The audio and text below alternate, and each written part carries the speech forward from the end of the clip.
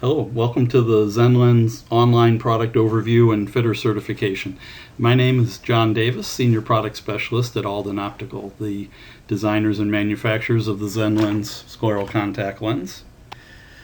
This presentation will highlight several of the unique characteristics that distinguish the Zenlens design and the fitting set from other scleral contact lenses currently on the market. We'll review the dynamics of the lens design and how those features work in conjunction with Zenlens' creatively designed diagnostic fitting set. Once the basic design and fitting concepts are understood, we'll then review the basic lens fitting process, which I think you'll see is very simple and straightforward. Finally, we'll explain how to obtain your Zenlens diagnostic set and complete the certification process so that you can begin prescribing the Zenlens for your patients. When Alden Optical decided to create a new scleral lens product to offer to practitioners, the company wasn't interested in just offering more of what was already out there on the market, so they solicited suggestions and ideas from several experienced scleral lens fitters, specifically asking for a sort of wish list of lens features and attributes that they'd like to see in a new product that might help them to resolve the most common fitting problems or frustrations that they ran into as they worked with other lenses. So this is what that list of most prominent features that Alden devised as a result of the brainstorming session with the other scleral lens fitters. One of the first things that practitioners wanted was a product design that would allow for one fitting set to cover the full range of eyes to be fitted in scleral lenses. So the Zenlens diagnostic set contains two different basic design shapes, prolate and oblate. The one to fit prolate shaped corneas, including the normal corneas or those with keratoconus, and the oblate shape to fit other corneas that you might encounter, such as post-refractive surgery patients or corneal transplants or pellucid marginal degeneration corneas. Each of these two basic shapes is available in two different diameters to accommodate both large and small corneas.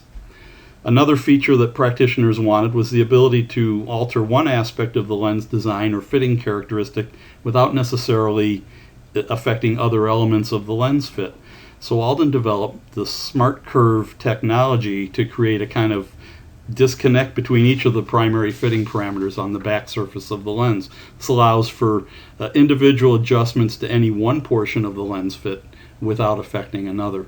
The smart curve technology also makes these types of adjustments very simple to achieve, and at the same time allows for very straightforward yet sophisticated customization of the lens design to better fit the more highly unusual corneas when needed.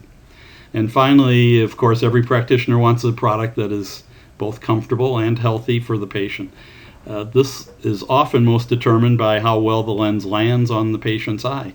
So special consideration was given in the lens design to the Zenlens landing zone. The advanced peripheral system of the Zenlens provides a very generous, broad landing zone with a multi-curve design to optimize patient comfort and health, ocular health. We'll talk a little bit more about each of these special features of the Zenlens now. The Zenlens 24 lens diagnostic set is arranged by combining the two basic lens shape, the prolate and the oblate, and the two lens diameters to create what is in effect four distinct mini sets of 6 lenses each. Each row of 6 lenses offers diagnostic lenses in one of the two lens shapes, and in either the 16 or the 17 millimeter diameter. You can see the top row here is the prolate shape in the 16 millimeter, the second row is prolate in 17 millimeter, and so on. Each of these 4 mini sets covers a full range of about 1500 micron of sagittal depth differences, enough to fit all but the most extreme corneal shapes and conditions. This diagnostic set configuration is not only comprehensive, but also lends itself to a very straightforward and efficient fitting process. So by matching the proper diagnostic lens shape and diameter to the patient's eye, a good fit can be achieved by providing the proper amount of sagittal depth where you need it. If you need it in the more peripheral areas, you use an oblate shape. If the greater elevated portions of the cornea are central, then you would use a prolate shape. And this allows you to use the Zenlens to fit everything from the steep keratoconic corneas to the flatter post-refractive surgery corneas, and of course all the various shapes that corneal transplants can come in, as well as normal shaped corneas that might have ocular surface disease or patients simply desiring the enhanced optics of RGP lens provides, and at the same time fit the full array of corneal diameters from small to large, essentially from 10 to 13 millimeters in diameter. And another unique feature of the Zenlens is the development of the smart curve technology. It's really critical to understand the role and function of the smart curve in order to fully appreciate the Zenlens design and to fully understand the how and why of making lens adjustments when you're fitting the Zenlens. So what exactly is the smart curve? The smart curve is the first curve immediately peripheral to the base curve on the back surface of the lens. Its primary function is to create a kind of disconnect between the various fitting parameters of the lens, essentially allowing you to make modification to one fit zone without impacting another fit zone. Another nice feature is that it's self-adjusting. It does the mathematics automatically in the software, so it saves the fitter from a lot of unnecessary time to try to make compensatory adjustments or curve changes to adjust for one change or another. You simply make the change you're looking to do and let the smart curve balance it all out for you. And here you have an overview of the Zenlens. Shows the various curves and fit zones relative to one another. It helps you to visualize what we're talking about as we describe these various curves and their design and function. So you can see the central optic zone defined by the base curve, which pretty much covers the central 9 to 9.5 millimeters of the lens diameter. Peripheral to that is the smart curve that we just talked a little bit about. The next curve out is the limbal clearance curve, which vaults the lens above the back surface of the lens above the limbal region. Those three curves together, the base curve, smart curve, and limbal clearance curve, combine to create that vault zone that sits above the ocular surface. The APS, the Advanced Peripheral System, is the landing zone, which is where the lens lands out on the sclera on the conjunctival tissue. And it's that strategic positioning of the smart curve that allows it to play that role of acting as a sort of flex curve, which allows for easy adjustments to just any one portion of the lens fit without affecting other parameters. For example, if the fitter just wants to change one aspect, you can make that change and leave everything else, the other fitting parameters, intact. For example, you can change the overall sag without having to change the base curve or lens power. You can increase the limbal clearance without impacting the overall sag. You can modify the base curve or the shape of the lens to customize the fit without altering the overall sag or central clearance. One of the main points that needs to be emphasized here, especially for fitters who are used to working with other scleral lens designs, is that because of the fit zone independence of the Zenlens design, the base curve and the overall sag values are not dependent on one another. The smart curve allows the fitter to change one variable without changing the other. So if the fitter decides they need an additional 100 microns of clearance over the apex of a slightly decentered cone, for example, they can just add 100 microns to the sag value when they order the lens. The smart curve will steepen to provide that additional sagittal depth, and the base curve remains unaltered. So the entire central optic zone will be lifted up by the smart curve to achieve that final desired amount of clearance. This is an example of what this would look like from a cross-section view of the lens. The black lines here represent a standard Zenlens design that's in the diagnostic set. The The 16 millimeter prolate lens with a 4800 micron SAG has a 7.10 base curve.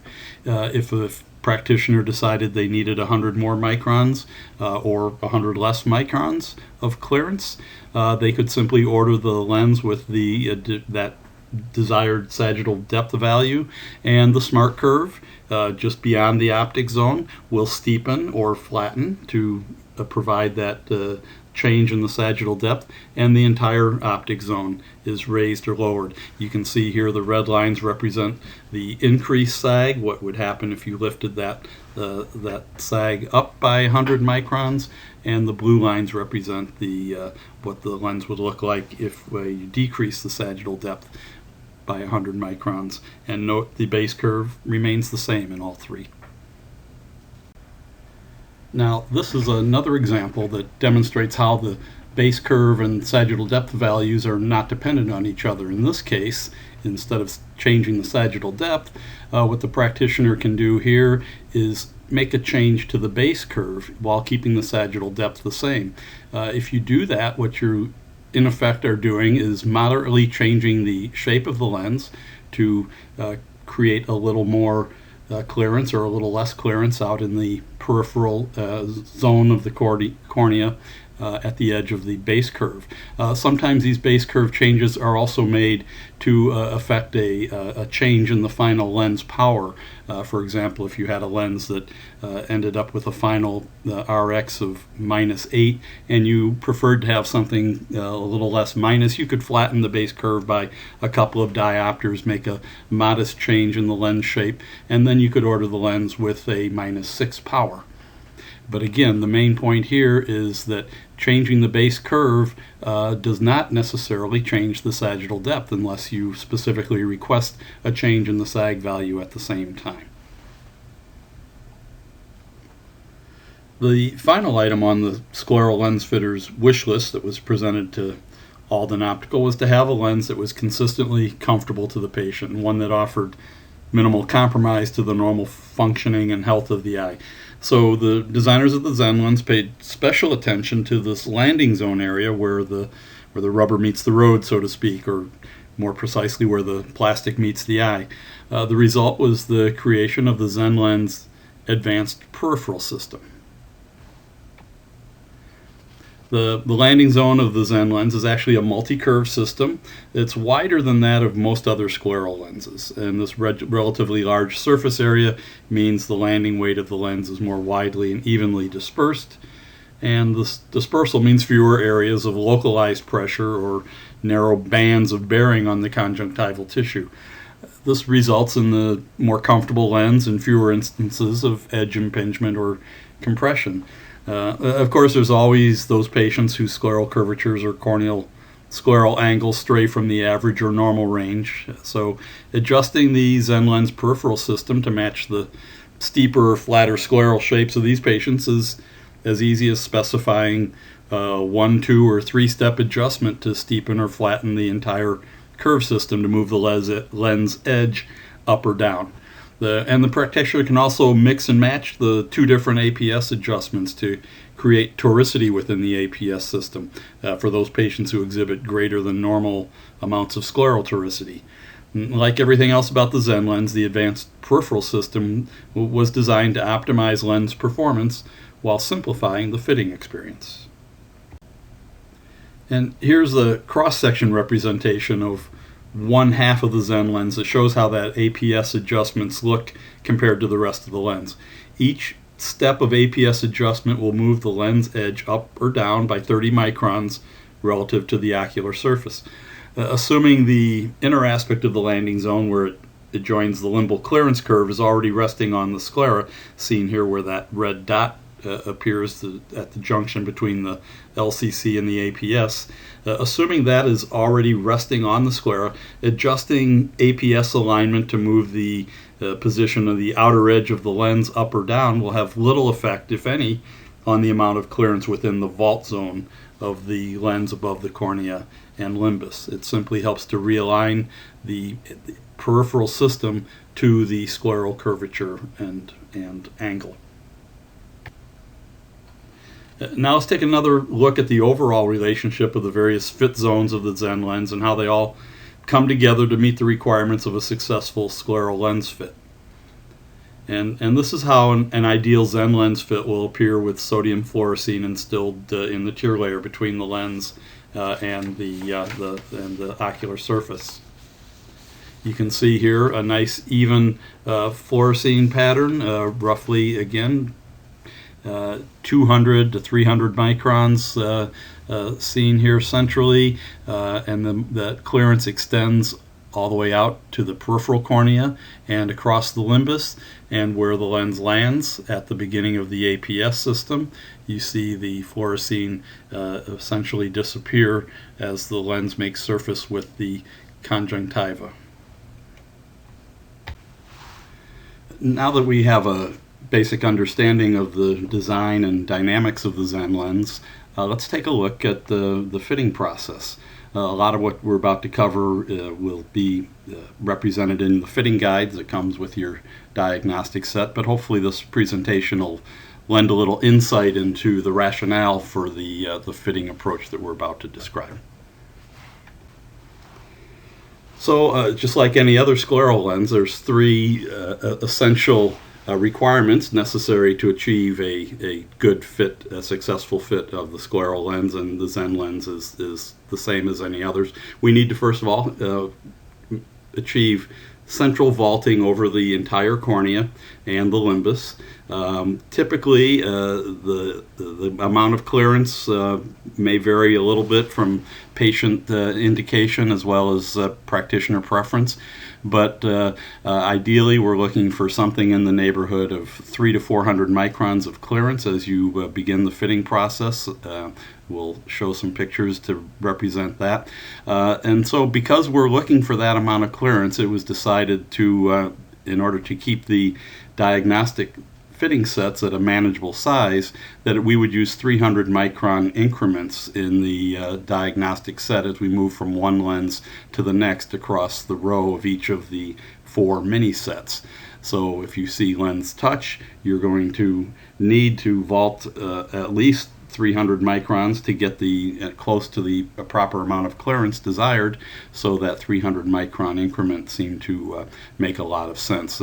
As you'll see, and as we've talked about a little bit already, you can vary the amount of sagittal depth very easily with this lens, so you can order a sag value in between what you may see in the diagnostic set quite easily. Limbal clearance is a critical portion of part of the successful scleral lens fit, and again should discuss the different ways of achieving that limbal clearance if you don't see it in the diagnostic set straight out of the box. However, we feel the way the lens is designed, in most cases you won't need to make adjustments if you have the proper lens diameter on the eye. And then finally, of course, good scleral alignment. We've talked about that already. An essential fitting feature to make sure you don't have that edge impingement or excess edge standoff for that matter. So where to begin? The first step, of course, as we talked about, you have the 4 different mini sets, so we need to decide which of those sets is going to be most appropriate for the patient. The first step would be to simply determine the proper lens diameter, whether we want to use the 16 or the 17 millimeter design. So we simply look at the patient's cornea, and if you have a topographer that can measure the corneal diameter accurately, that's great. Otherwise, however you want to evaluate a normal size cornea, could in that 11.7, 11.8 millimeter range, could probably be successful with either the 16 or 17 millimeter design. So if you have a preference, you may want to select whichever diameter you're partial to. However, if the cornea is a little bit smaller than average, you do want to use the 16 millimeter design. And if it's larger, you want to use the 17 millimeter design. And this is all predicated on the fact that we want that APS landing zone to land beyond the limbus, approximately a half a millimeter to one, maybe 1.5 millimeters beyond the limbus. The reason for not wanting to go further out, some practitioners may prefer going further out in order to ensure that they have the limbus cleared, is that the way the Zenlens was designed, the limbal clearance curve generates the additional sagittal depth needed to vault over the limbus rather quickly. And the advantage of that is that you don't have to go further out beyond the limbus when you land the lens on the ocular surface. And the advantage of that is that if by avoiding that excess conjunctival tissue and incorporating that within the vault zone, you eliminate some of the potential problems that are sometimes encountered with scleral lenses, specifically the conjunctival prolapse, where that conjunctival tissue gets drawn up into the vault zone, is less likely to occur if you're not landing too far beyond the limbus. Also, the more conjunctival tissue you incorporate into the vault zone, the more goblet cells you're going to also contain, and the potential for excess mucin to accumulate within the tear film of the vault zone is also going to be greater if you land excessively far beyond the limbus, as well as the increased scleral toricity that you're likely to encounter the further out you go. So ideally, with the Zenlens design, it was created with this whole notion that landing somewhere half a millimeter to a millimeter beyond the limbus is going to put you in the sweet spot. So there's your selection for your diameter. And then the other variable you need to select to determine which row you're going to work from is the corneal shape, whether you want to use a prolate shape in the lens or the oblate shape.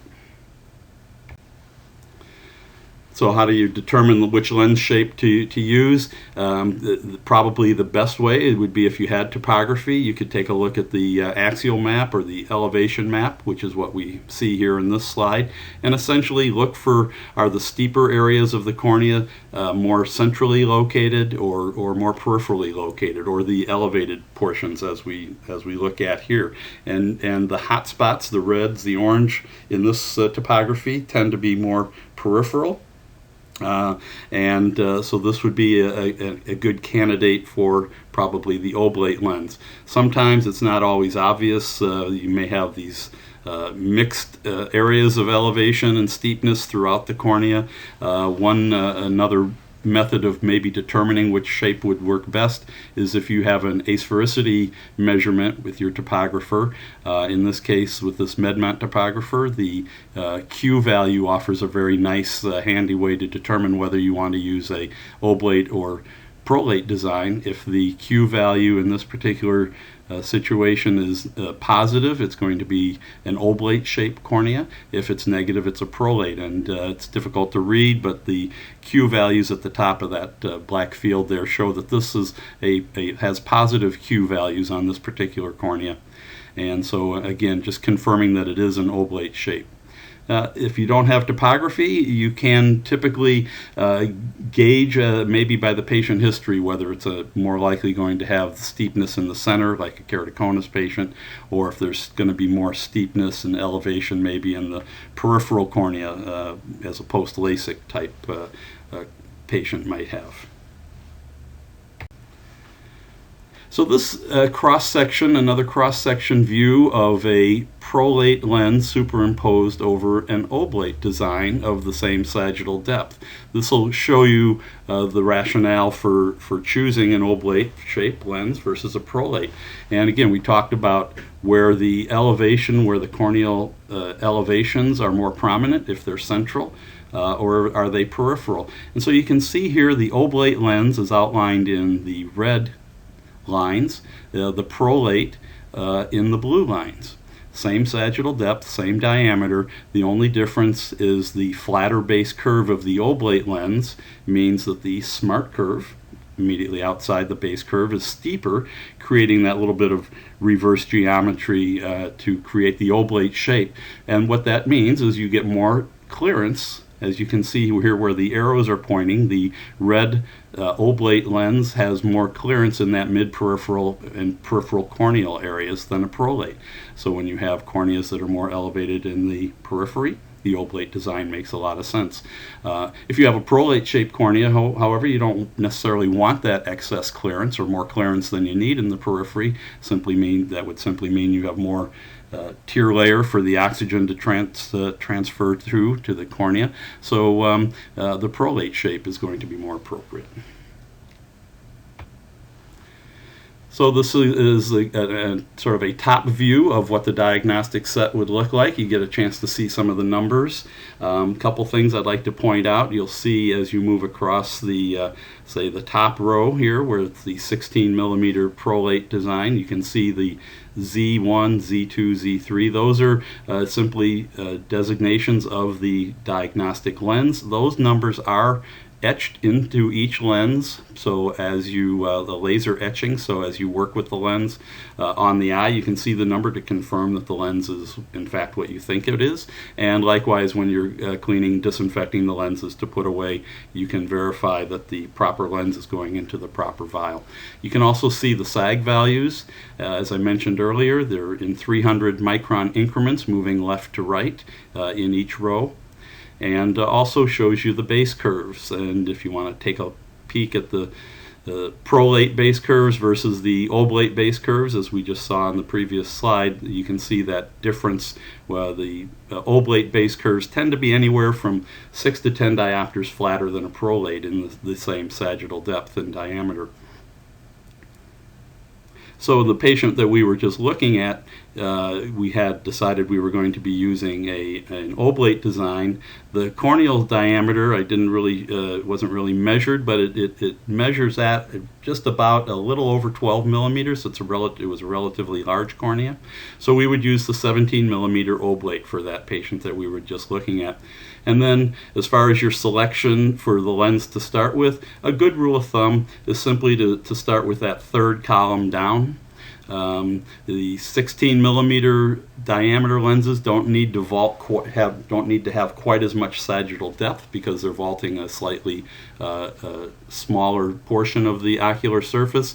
So typically row 2, row 3 maybe for the 16 millimeter lens. I'm sorry, I should say column 2, column 3. And if you're using a 17 millimeter lens, maybe column 3 to column 4 is going to put you into sort of the average sagittal depth value for most patients. So once you've chosen the lens to start with, you put it on the eye with a little bit of fluorescein. And again, you're looking for those 3 main requirements to fulfill. The first thing you want to look at is for central touch. If you see something that looks like the photo on the left where there's obvious central touch, you don't need to waste much time with that particular lens. No reason to let it settle. So you would simply take that out, move up 1 or maybe in this case even 2 steps to your right in that diagnostic row that you're working with. If you had just feather touched on the first lens, you would probably go up 300 more microns and get you pretty close to the desired clearance we're looking for. In this case, because you see such a broad area of touch, 4-5 millimeters of touch, it makes sense to maybe vault up 600, go 2 steps over to the right and try a lens with 600 more microns of clearance and see what it looks like. The photo on the right again is our beauty shot that shows what a good fit will look like. Once you have clearance, once you've seen that you have eliminated that central touch, it's a little tricky by that straight-on look with fluorescein to evaluate just how much clearance you have. So you can certainly, if you had an OCT, you could use that and get a very accurate assessment of the amount of clearance across the corneal surface. Barring that, the most common method is to simply use this slit lamp cross beam view, where you narrow the beam, angle it at about 45 degrees, take a good look, and you can see the thickness of the lens on the, I think if you look at the photo on the left, you can see obviously the tear layer, which is with fluorescein, the sort of blue-green appearance. Immediately to the left of the tear layer, you can see that little bit of glistening off the front surface of the contact lens, and you can gauge the thickness of the tear layer relative to the thickness of the contact lens. All of the diagnostic lenses in the Zenlens fitting set have a center thickness of 0.35 millimeters or 350 microns. This, as we discussed, is approximately the amount of clearance that you're looking for initially when you put the lens on. We assume the lens is going to settle like all scleral lenses do as the conjunctival tissue lens settles onto the conjunctiva. Anywhere, it's very patient specific, but a settle of maybe 1 to 200 microns over time, and time can be measured in minutes, hours, days, weeks, and even months. So you want to make sure you have a little bit of room to work with, a little margin of error, if you will, which is why typically you want to look for maybe that 350 initially, and as the fitting process goes on, at the end of the day, you want to probably maintain at least 100 to 200 microns of clearance over the most elevated portions of the cornea, which means you're going to have maybe 200 to 300 microns of clearance over the central portion of the eye.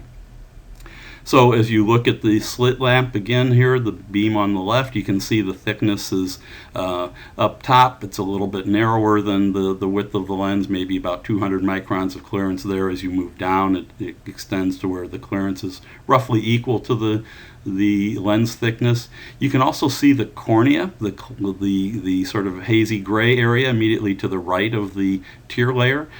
Measuring, some patients, practitioners will use the corneal thickness as a gauge to compare to the tear layer. The issue there is, of course, you're working with irregular corneas. Often the corneal thickness is a little less predictable, so the thickness of the lens makes a good gauge for here. If you look at the photo on the right with the next lens up from the set with 300 more microns of sag, it gives you a good idea of what we're looking at in terms of the difference between, say, 200 to 300 microns of clearance that we see on the left versus the 500 to 600 microns of clearance that you see in the photo on the right.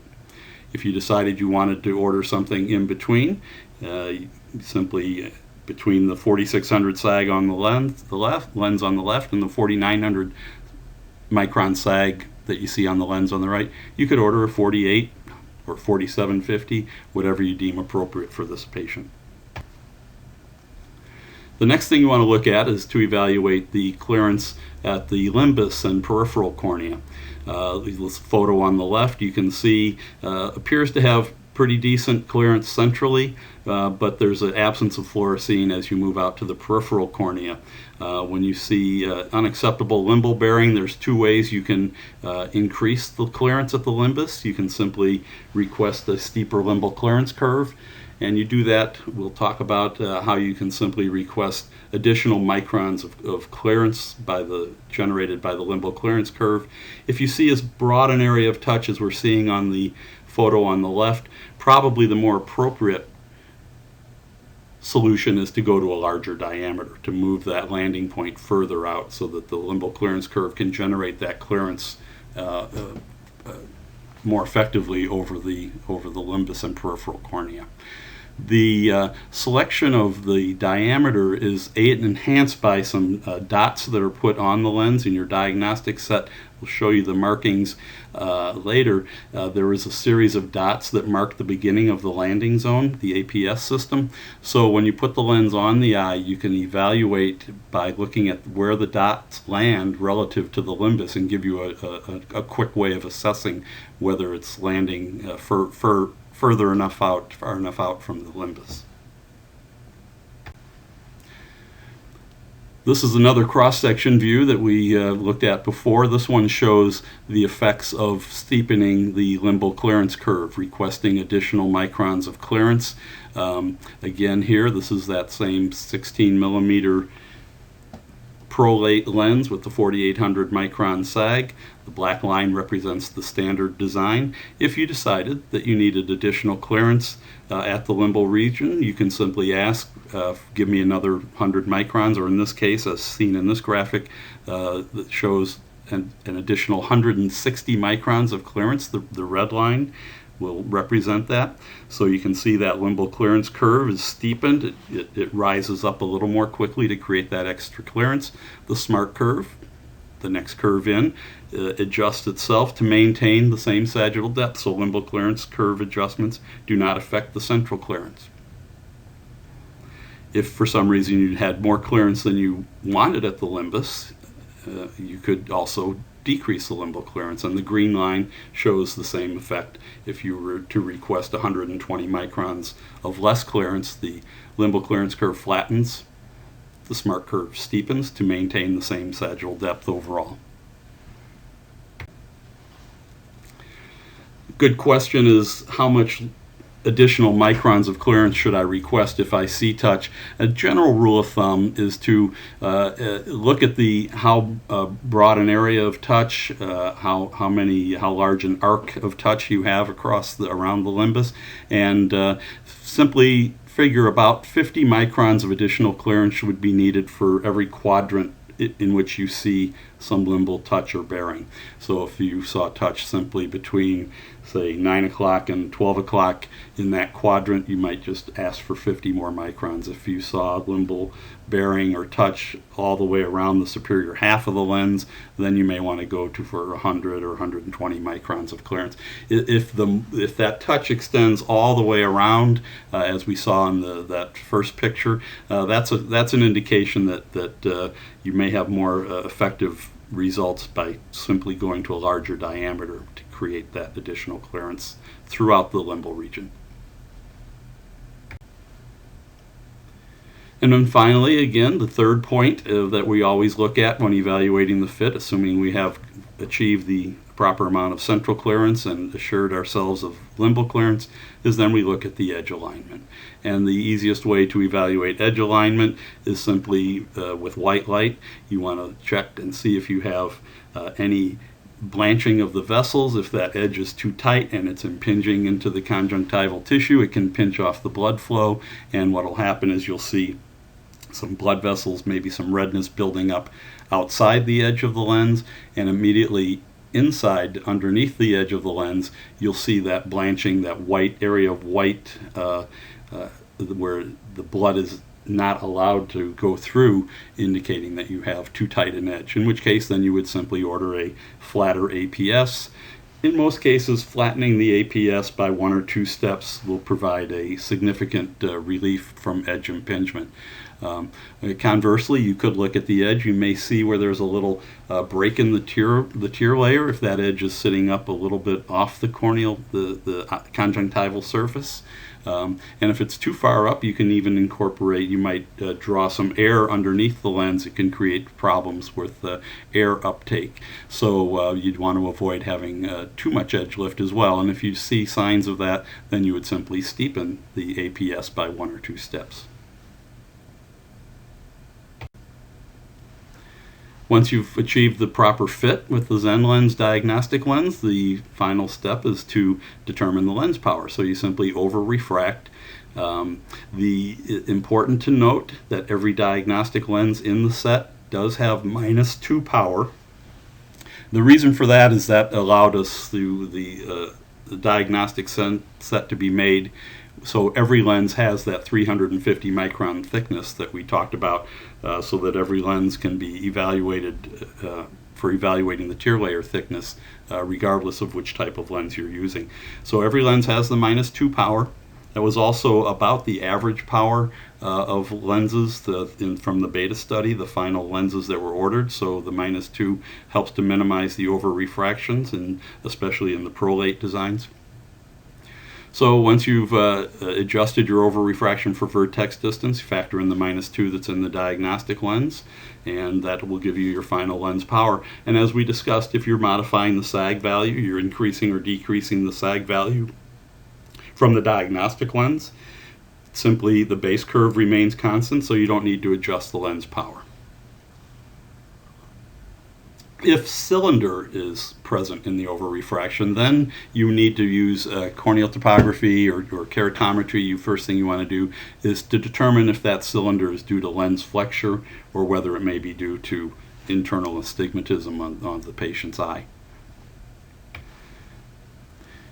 So if you have toricity cylinder in the over-refraction, you want to determine if there is lens flexure. You see toricity in the keratometry reading or topography reading, then you may want to reevaluate your APS system and see if perhaps the patient might benefit from a toric peripheral system.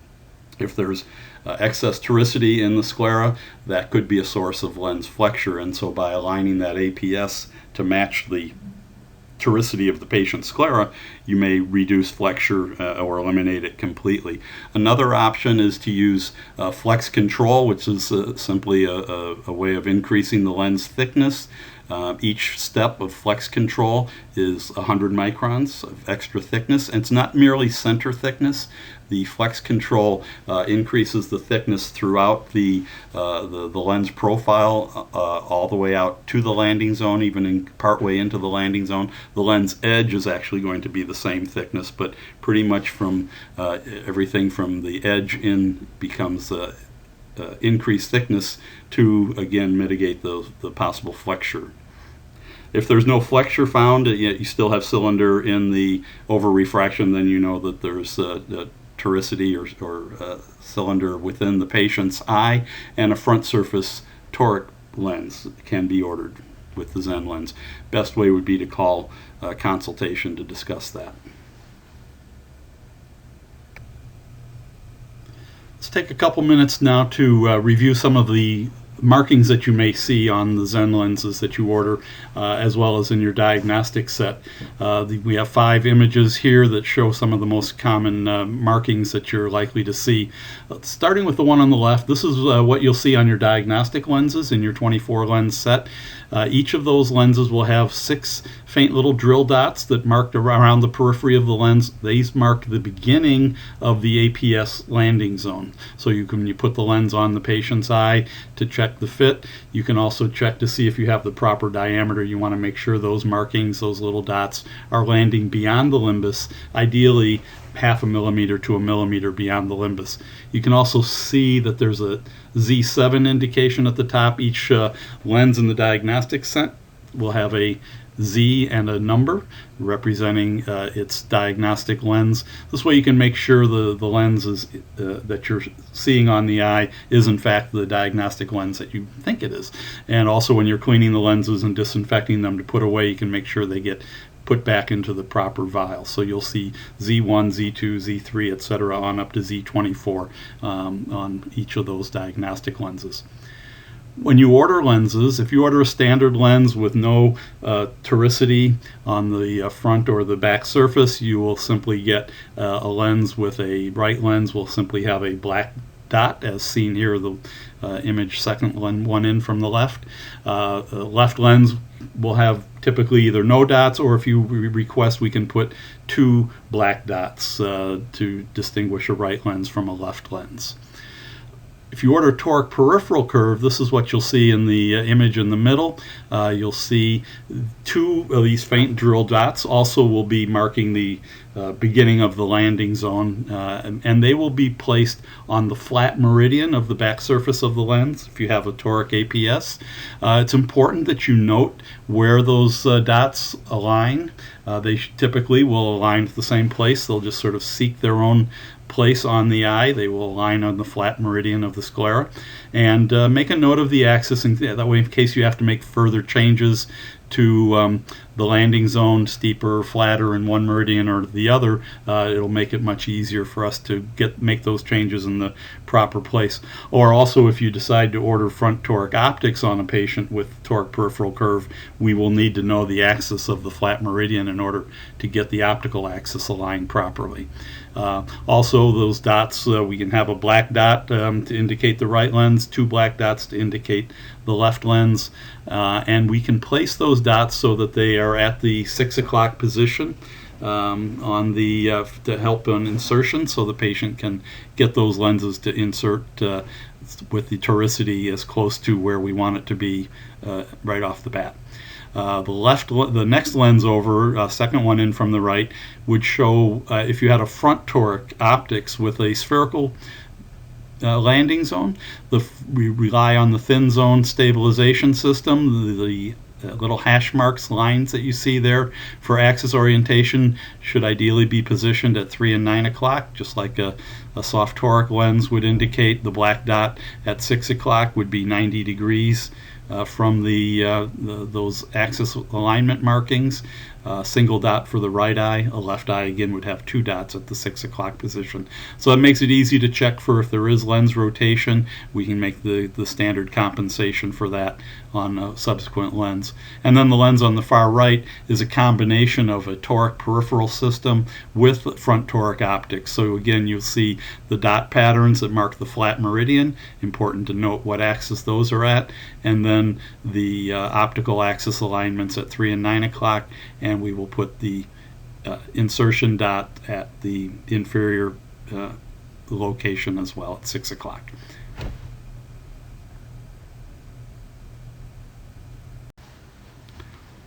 Troubleshooting the Zenlens is very similar to other scleral lenses. In most cases, it's essentially an issue of just making sure that those 3 requirements are being met, that you have the proper amount of central clearance and without excess clearance. Same thing at the limbus, and then making sure you have the optimal APS alignment.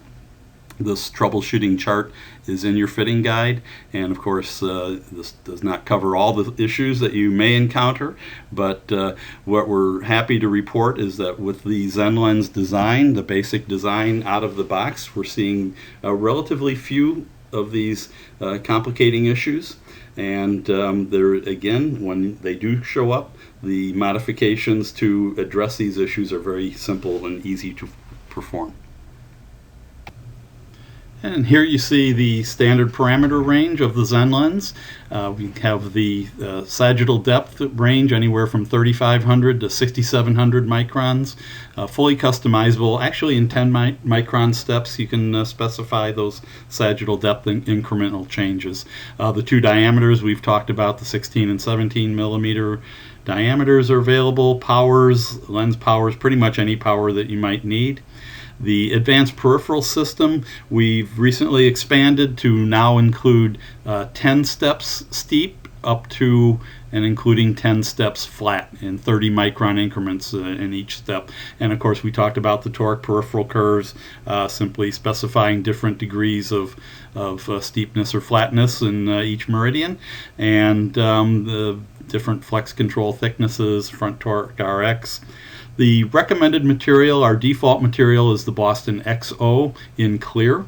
You can order ice blue on request, or the XO2 material for those patients that need a higher DK value.